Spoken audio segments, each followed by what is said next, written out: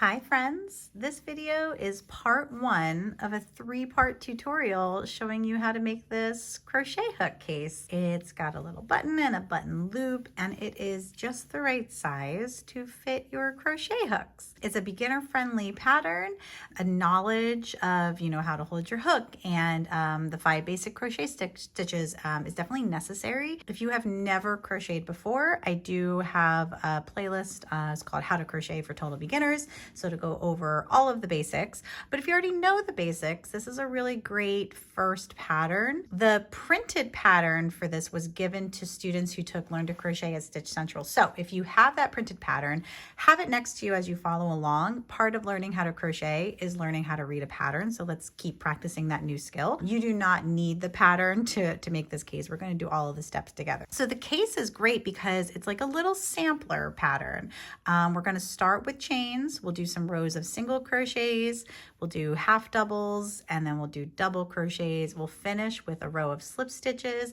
The button loop and the button are optional, but we'll talk about how to do that. And then we sew it all together. The parts for the video are as follows. Part one that you're watching now is an overview. We'll talk about materials, and then we're also going to do the chains and the first single crochet rows together. Part two is the half double crochets and the double crochets and the last row of slip stitches and the button ring if you're doing it, the button loop if you're doing it. And then part three is assembly. Let's talk about materials. This pattern uses worsted weight size 4 yarn. So that's kind of like right in the middle. It's not too thin, not too thick. I have another video for the exact same case in bulky weight yarn, bulky weight size 5 yarn. So if you have size 5 yarn, you can watch that video instead. For people who took the Learn to Crochet class, you can just use the leftover yarn for making all of your swatches in class. You're also going to need a 5mm H crochet hook. Definitely some snips or scissors, a tapestry needle or a darning needle. These are great because they are blunt. I also like the tapered ones. Measuring tape, because we want to make sure that our case is the right, width and height so that it's not too small or too big. And then if you're doing a button, you need a button. 1/2 inch to 1 inch is fine. Okay, so pause the video, grab your materials, and then let's get started by following the pattern. So the pattern says, step 1, make a slip knot on your hook and leave a 20-inch tail. Now we can measure that 20-inch tail, but we don't need to be so precise. We all kind of know what a foot looks like, so just do that 2 times, right?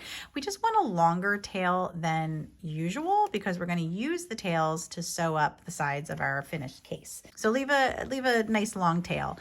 And to make a slip knot, you can do whatever method you want. I'm not going to show you in detail my method. The only thing I want everybody to pay attention to is when you make your slip knot, do not use your tail to wrap and make all of your loops. Please use your working yarn. If you use your tail, it's not a secure slip knot. It will come undone. So always wrap and make all of your loop-de-loops with your working yarn. That's the yarn coming from your skein, not going away from your skein. And of course you want a tight knot, but a loose loop. Your tail should be in the back and your working yarn should be in the front, but I'm going to move this out of the way so it's not confusing the view of the yarn on my hook. Okay, so we have a slip knot, we've got a nice long tail. The next thing we need to do is chain 25 or until your chains measure a little over 7 inches long. There is a note in the pattern. It says, keep your chain row loose. And that's good advice in general for chains, especially for beginners. After we do our chain row and we work our first row of stitches into the chains, there tends to be shrinkage. If you keep your chains a little bit looser than you typically crochet, the shrinkage is less, if at all. So in order to make your chains a little bit looser, when you yarn over, pull through, you're just going to pull up a little bit more on your hook. I mean, that was ever so slightly, right? It barely moved. But now when I move my loop down to the wider part of my hook, I could fit 2 hooks in there. Now I'm someone who does not count chains as I go because I'm an agent of chaos. So if you need to count as you chain, just pause or mute my video. I usually just like chain. I like to just get into a rhythm with my chains. And then when I'm like, yeah, that's probably 25, then I stop and I count. I think it's important to find a rhythm so that we can get that consistency. It's not about speed in crochet, it's about consistency. I'm just going to give a quick count to my chains, and I'm not doing this in detail because I'm assuming you already know how to count your chains. 2, 4, 6, 8, 10, 12, 14, 16, 18, 20, 22, 23, 24, 25. Okay, if you need to pause the video because you're still chaining, please do so. Otherwise, if you are also at 25 chains, the next thing we need to do is measure our chain length. So grab your measuring tape, we're lining up, and you lay out your chains, you know, they kind of squiggle on you. Just make sure you're not stretching them when you measure it. Just let them lay relaxed. And we want to be somewhere between 7 and 7¼ inches. 7 and just over, that's fine. So I'm like right on the money with 7 inches. That's okay with me. If you are at 25 chains and you are well under 7 inches, maybe you're at 6, your chains might be too small. So let's rip them out, do them again, really focus on keeping them a little bit looser. If in the rare chance you have 25 chains and you are well over 7 inches, you could be using yarn that is thicker than worsted weight. It might say 4 on it, but some yarn, there's not a standard. So your yarn might just be a little bit thicker than mine is. Let's just try to get to like close to 7¼ so take away some chains. Okay, so if you need to pause to make all of those changes, please do so. If you are following along on the printout pattern, there is a line here. It says make note of your chain count here if different than 25. So there's a little line and you can write your stitch count on it if it's not 25. So take a moment to do that as well. Let's move on to row 1. Row 1 is just single crocheting into all of our chains all the way across to our slip knot. Skip the first chain. That's always the case for single crochets. You skip the last chain you made and you're starting at the second chain from the hook. So we're sending our hook into the second chain. I'm picking up the left side of that chain because I'm right-handed. And I'm going to yarn over and come out of the chain. And I'm going to pull up just a little bit on that hook to keep it a little loose. And then I'm going to yarn over, pull through 2, finish that single crochet. There's another note in the pattern that says keep your single crochet rows a little bit looser too. The reason I make note of that in the pattern is because single crochets make a tighter fabric than make a tighter stitch. They're usually smaller than your half doubles and your double crochets. So when we get to the halves and the double crochets, we don't want our work to start to fan out. We want to keep our sides nice and parallel. So if our single crochets match the same size as our doubles and our half doubles in terms of width, then that's what we want. So we don't want these single crochets to get too tight as single crochets tend to do. So we're just going to focus on being a little bit looser, not too loose. Let's find that happy middle. So let's do some more single crochets. We just worked into this chain. I can tell because it's a big hole. There are some feet coming out of it. Let's move down to the next chain. It's this next bump and the space underneath the bump. Oops. So we're going into the chain, yarn over, come out of the chain. You can pull up a little bit more on that yarn over that came out of the chain. That helps keep everything a little loose. Yarn over, pull through 2. Keep on moving down into the chain, yarn over, out of the chain, yarn over 2. Into the chain, yarn over, out of the chain, 2. In, out. And we'll single crochet this first row together. Be careful that you're not skipping any chains, right? You're always looking for, sometimes the chain next to where you're just working shrinks a little bit. You're just always looking for like a little bump, a little scalloped edge. The sides of chain stitches are always a little bit scalloped. They're bumpy. So you're just going under the bump. I'm going to go a little bit faster, but please know it is not about speed. Crochet is not a race. We just want consistency. Notice too that my single crochets are curling. Even though I'm keeping it loose, single crochets just tend to curl. It's kind of like a jersey or a knit stitch. It just curls on the ends. And that's okay. You're not doing anything wrong. That's just the nature of the stitch. So I just have a few more to do. If ever you just, don't want to hear my voice so you can count, that's fine. You can just pause or mute. I've got 2 more chains to work into. So finishing up row 1 of single crochets, the last single crochet into the last chain. Okay, pause the video if you need to catch up. Otherwise, before we move on to row 2, let's just check if we've had any significant shrinkage. We should be somewhere between 6.5 and 7 inches. That's like okay shrinkage from where we started. I'm not stretching my work. I'm just holding this down so it doesn't curl up on me. 0 is all the way over at my slip knot. And yeah, I'm at 6.5. I'm okay with that because I started like just at 7. So I lost, you know, almost a half an inch. If you are well under 6.5, like if you're at 6 or below, it may have been, 2 things may have happened. Your single crochets might be too tight, so your work is starting to shrink, or you may have missed some chains. So to check that we didn't miss any chains, we're now going to count our stitches. I'm not going to do this in detail. I'm assuming you already know how to count your stitches. You should have 1 less stitch than your chain count.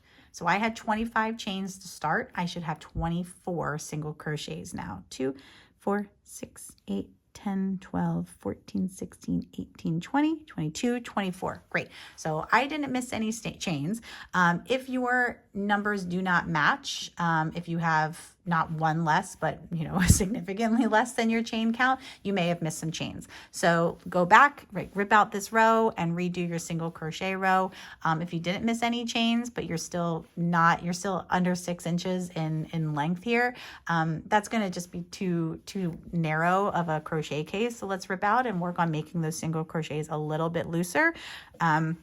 Go back to the beginning of row 1 where I talk about how to loosen up your single crochets a little bit. But otherwise, we're going to move on to row 2. The pattern says rows 2 through 8 are just single crochet rows. We start single crochet rows with a chain 1 and turn your work.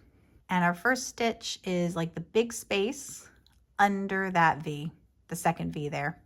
So a single crochet, you go into the stitch under the V, as usual, yarn over, come out of the stitch, yarn over, pull through 2. And we'll do another one into the stitch, yarn over, out of the stitch, yarn over 2. And we're kind of like, there's like these 2 knots here. You're going into the space between those knots and under the V, always under that V. Got a little loose there. Stay loose, but you also don't want your stitches like flopping around. Did you see that loop on my hook? That's too loose. That's too loose. Like, let's just find that happy middle. Take your time, find the rhythm, and try to make each stitch look the same. So if you made a stitch and you're like, oh yeah, that's the right size, I like that, try and do it again. Focus on what your hands are doing so you can kind of start to commit it to memory. Get that muscle memory building. Okay, so let's finish row 2 and then we'll start row 3 together. And before I move on to part 2 of the video, we want to do a quick measurement. Well, actually what's going to happen, we'll start row 3 and then we're going to skip ahead in the video and we're all going to get to row 8 and we're going to take a measurement, and then that'll be the end of part 1 and we'll move on to part 2 together. So I've got 2 more single crochets to do for row 2. That last single crochet, you sometimes miss it, right? It's facing away from you and you want to make sure you get both bars of that V. If ever you're like, is that a stitch? I don't know. Just count your stitches from the beginning. And if you are not matching, then you probably have 1 more to do. Chances are. So go ahead and count your stitches if you want to. I think it's a good idea as a beginner. But otherwise, let's start row 3 together. So chain 1, turn your work. Because chain 3 is just like, row 3 is just like row 2. So we're starting at our first stitch under the V and doing single crochets across.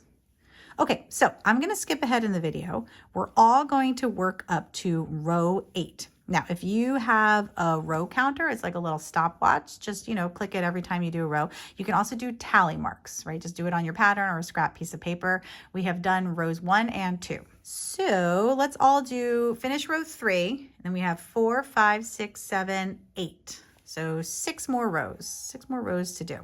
And I'll see you on the other side. All right, 2 more single crochets to go.